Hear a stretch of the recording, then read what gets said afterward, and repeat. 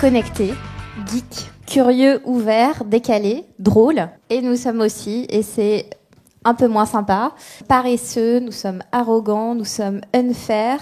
Nous sommes encore des enfants. Mon métier de base, c'est la communication. Et pour bien communiquer, il faut comprendre et connaître les gens, leurs aspirations, leur mode de fonctionnement. Donc c'est vrai que c'était passionnant d'en savoir plus sur le mode de fonctionnement de la Gen Y. On commence avec des générations civiques qui engendrent des générations opportunistes qui naturellement vont engendrer des utopistes et fort logiquement qui vont engendrer des réactifs en réaction à l'opportunisme. Je crois que j'ai vraiment pris conscience qu'il y avait un vrai sujet à creuser et à approfondir et pour réduire le turnover. On arrive également sur une planète où il y a quand même la faillite des grands modèles politiques, économiques et sociétaux qu'on a connus jusqu'à présent.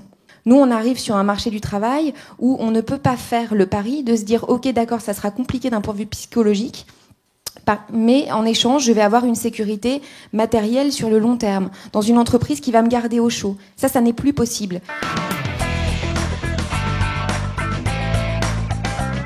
Nous, on a envie de concilier nos vies, on a envie de s'amuser. S'il faut passer 24 heures au bureau parce qu'il y a un truc à finir, on le fera, mais on ne le fera pas juste pour le principe et juste pour se faire regarder. Aujourd'hui, le monde des startups, c'est le vrai monde des gens de moins de 30 ans.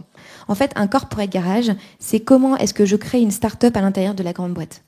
Et c'est ce qu'a fait Air Liquide, en mettant vraiment des moyens sur la table. Premier levier, donc, la mobilité.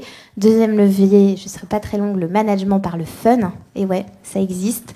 La vraie question qu'on peut se poser derrière, c'est est-ce qu'il y a un vrai refus de la hiérarchie en tant que telle ? Et nous, c'est pas du tout ce qu'on observe. Et surtout, il n'y a pas de refus du leadership. Je repars avec peut-être plus de questions que de réponses aussi, c'est vrai, par rapport à mon activité.